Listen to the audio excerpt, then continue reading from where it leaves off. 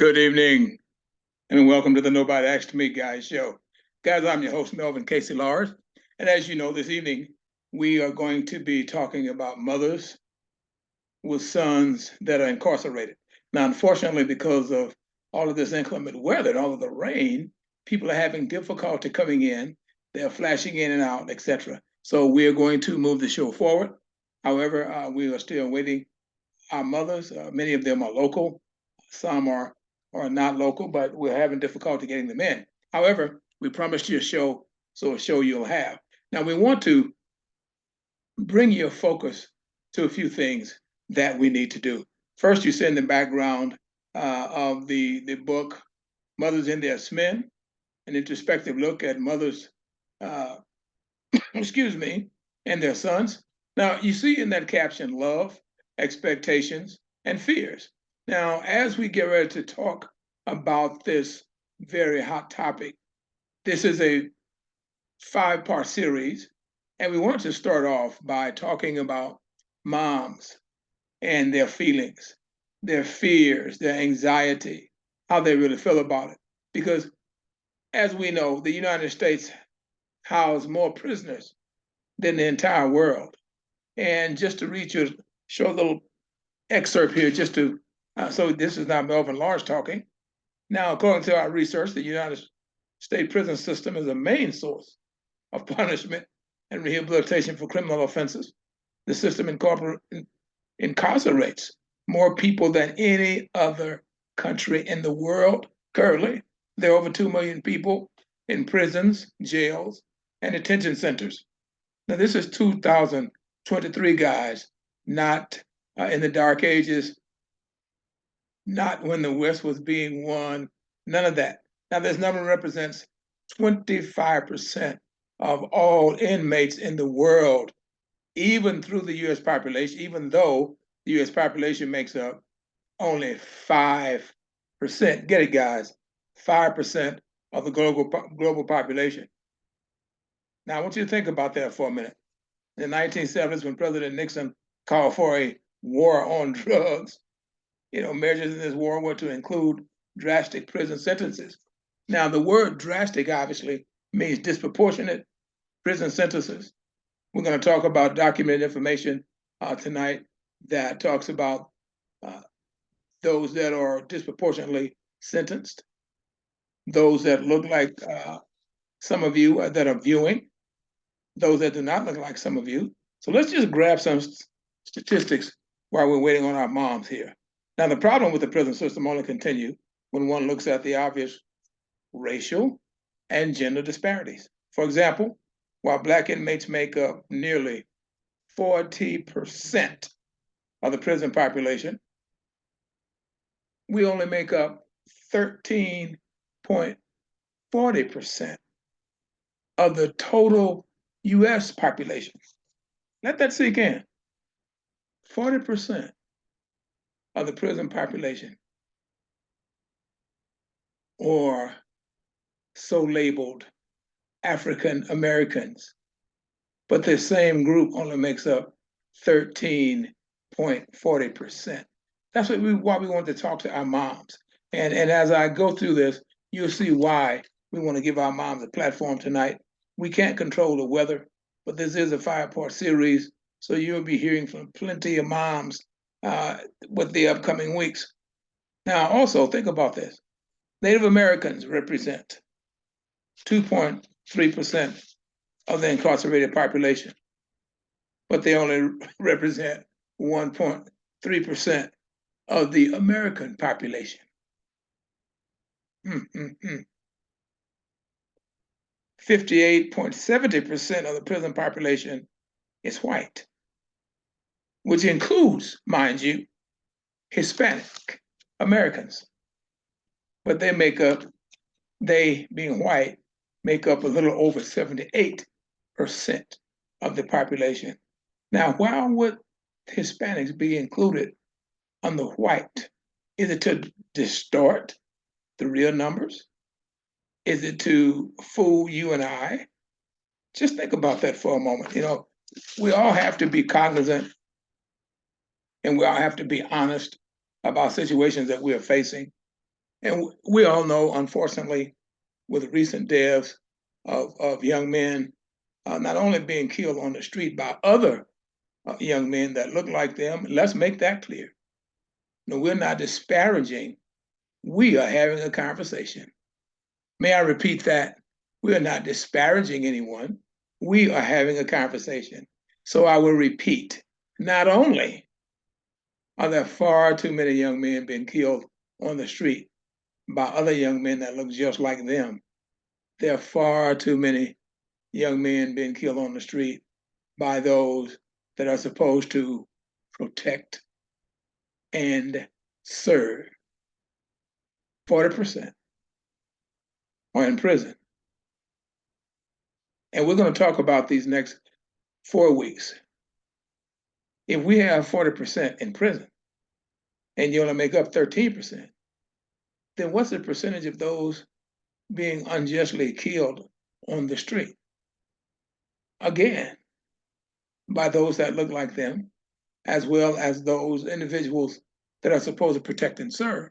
So that's why we want you to talk to our mamas. That's why we want to give mamas a platform to discuss and to talk about what they feel and what they see. Because you see, there is there's been so much talk about conspiracy theory and all of that these last few years when it comes to politics and I won't even excuse me waste your time talking about any specific parties or any specific entities, but we do just want to share that all of these conspiracy theories are being thrown around and bounced around, etc.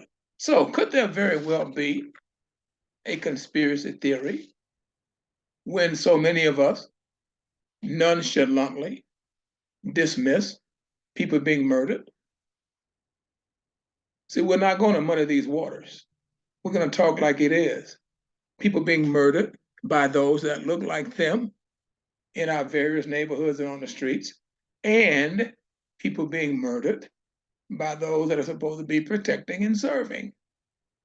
So many times, the very narrative on our news is always, well, didn't have a role model, comes from a single parent home, all the narrative. So, and the conspiracy theory is this: is that supposed to somehow negate the fact that these individuals are still important, that they still deserve protection, that they still should be able to walk in their neighborhoods and be safe without being gunned down by others that look like them and by others that are supposed to protect and serve?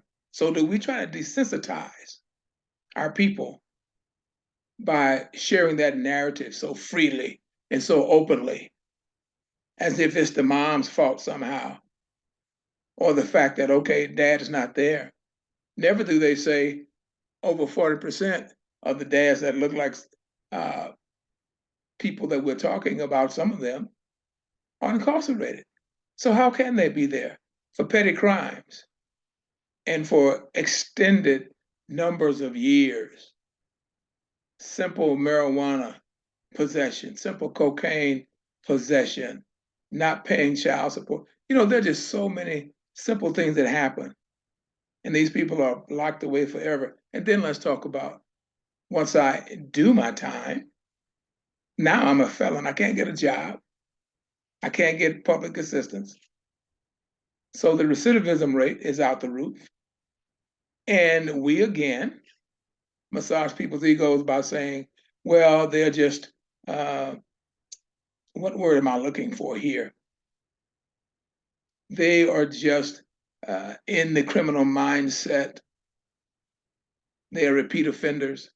But no one ever bothers to say that many of them are repeat offenders because they're still serving prison time once they are released from behind those locked gates. So let's discuss that a little bit.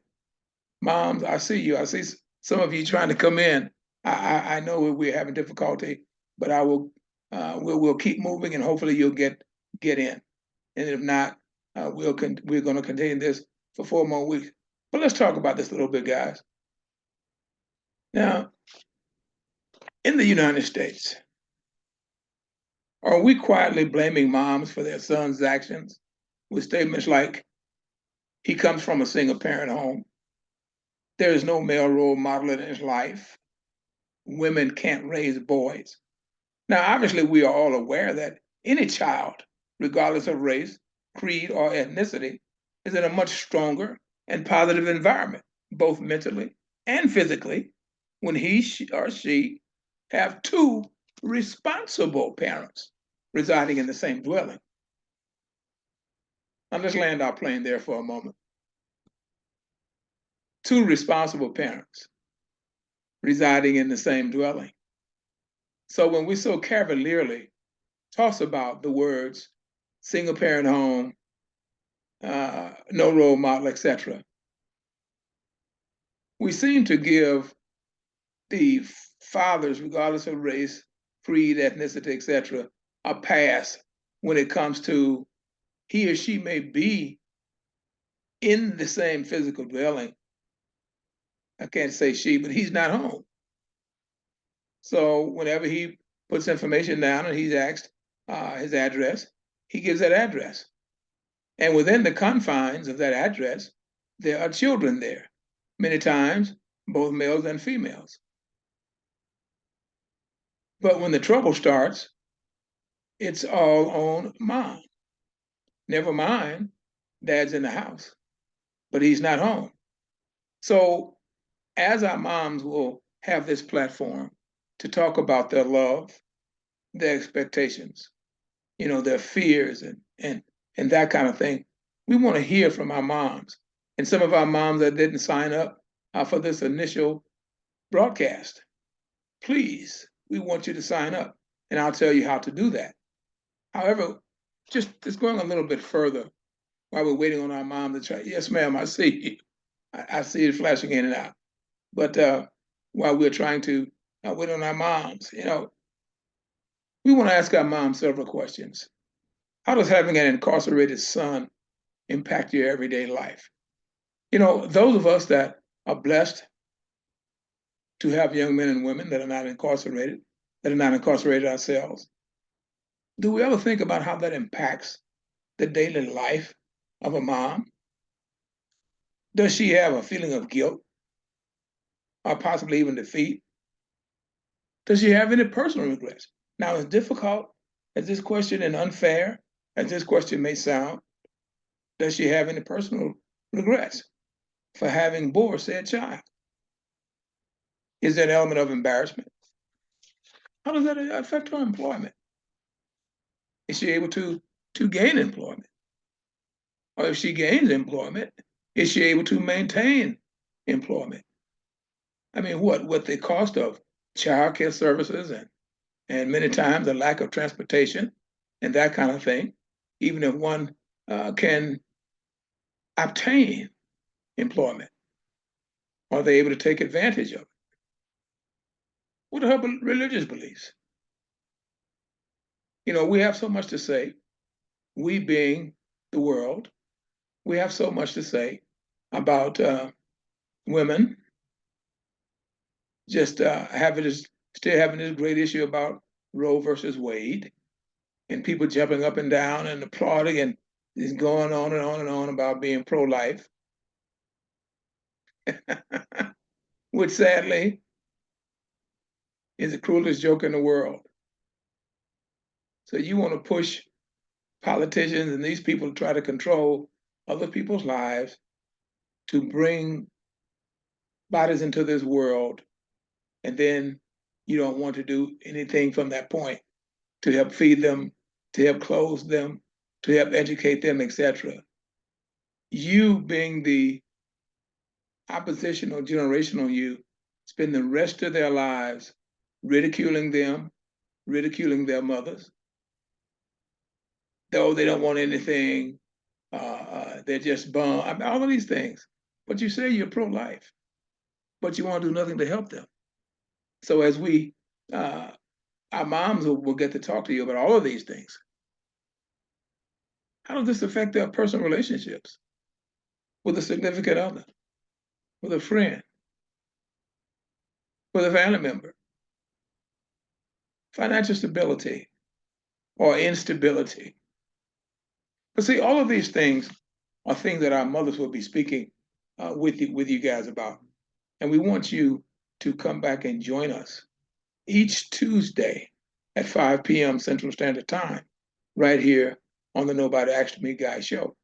So those of you that are out there listening today and you want to be a part of the show, please go to the Nobody Asked Me Guy show at gmail.com.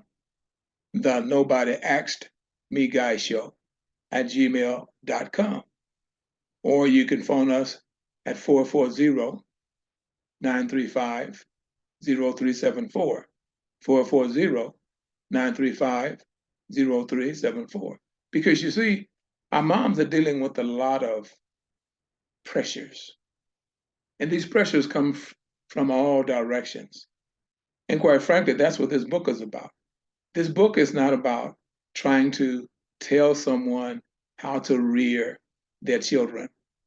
You know, there are so many, quote, self-help, unquote, books out there about trying to tell people how to rear their children and what they should do and what they should not do, etc. We're not in that business. But we do want to give moms a platform to be able to discuss and to talk about life. And just a few of these things that we've already pointed out. We want to hear from our moms. See, too many times we hear from everybody else talking about other people's issues, and we never get to hear the person's. And as Murphy's Law would have it, well, as God would have it for those of us that believe in God, and those that don't, well, that's your opinion. That's you. We're not getting into that. Most of us know, especially in the Louisiana area, it's been raining all week. And excuse me, a lot of the internet, especially in the rural areas, does not work well. And by my own admission, I'm quite shocked that my internet is holding up so well. So guys, we do not want to waste your time with just useless babble. We do want you to understand what this show is all about. And we are going to be coming back talking about all of the things that we've touched upon tonight. The fears, the anxiety, the heartache, the frustration, the loneliness, the disparaging feeling of needing help, moms just throwing their hands up, and all of those kinds of things. We want you to hear from our mothers. We want you to if you are part of a support group, if you would share that information with us as well, and we'll pass that information on to our moms as well. We want our sons to join. All of the sons out there, you guys join in with us and tell us what burdens you feel like you put on your moms. Join with your mom. So we want you to open your eyes and see exactly what's happening. We all know the tragedy here in Louisiana with the young man who just lost his life after a 3-day battle after being beaten by 5 men or 6 that were supposed to protect and serve. We all see stories on the local news every night, almost every night, depending on what cities you live, where there have been gun violence and people losing their lives, domestic violence, alleged drug deals, and the like. So we're not going to waste your time disparaging law enforcement. That's not what this platform is all about at all. I go on record and say to anyone that I have the utmost respect for law enforcement as it is. What I mean by as it is, with men and women that put their necks on the line every day. We know that there's a criminal element out there, and anybody that pretends that they don't are not being honest. But we also know that there are so many things that take place that should not take place. And anybody that pretends that they don't know that is also not being honest. But we're talking about mothers and having to mourn their children. And we were focusing specifically on the sons because there's so much going on with the sons. But we can't cover one area without covering the other. We have to cover it all because the moms are still in peril whenever the life of any of her children are taken, be it male or female. But we are focusing on the sons. But we will address the females. So again, this is the Nobody Asked Me Guy Show. I'm your host, Melvin Casey Lars. We have moved our show from Fridays to Tuesday evenings, 5 p.m. You can catch us right here each Tuesday evening at 5 p.m. You guys know the kind of guests we have. I see a lot of my regulars that are back, and wow, your internet's working good. Well, my mom's, all of them internets are cracking up and frying, and people are flashing in and flashing out. But guys, listen, come back and join us. We have all kind of guests on this show, as you guys know. Not only professional athletes, we have actors, actresses, we have just average people, because that's what the world is made of. Average people, whether you have become a superstar or not. So have a great and blessed evening. Again, the Nobody Asked Me Guy Show would love to have you as a participant to talk about moms and their sons, or any of our other shows that you'd like to be a part of. I'm Melvin Casey Lars, your host. The Nobody Asked Me Guy Show at gmail.com. Guys, also go to YouTube and check us out. And please hit that subscribe button and check out some of those videos that are there. And we look forward to seeing you next Tuesday. Same time, 5 o'clock p.m. CST. Hopefully the weather's better and we will not have these glitches with our internet connections.